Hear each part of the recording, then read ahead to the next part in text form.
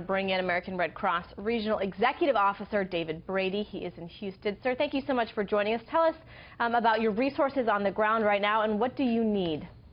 Well, thanks, Elizabeth, for having me on today to talk about this.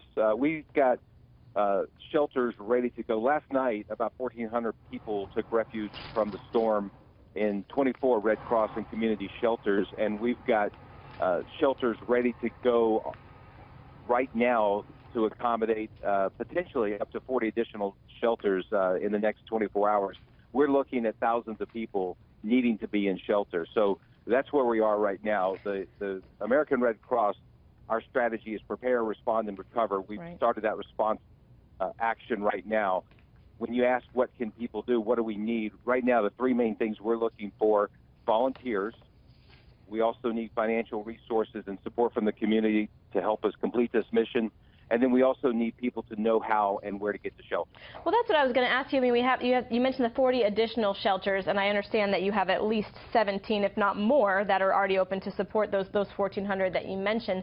But I want to ask you, are you inhibited by the fact that the storm is really just hovering, and we're still seeing really strong winds, and we're still seeing extensive rainfall? Is that hurting your efforts? Well, I wouldn't say it's hurting our efforts. We always go with safety first, and we will not open shelters until we know it is safe to get to those shelters, both for our staff and volunteers, but also for the people who are going to need to be in those shelters.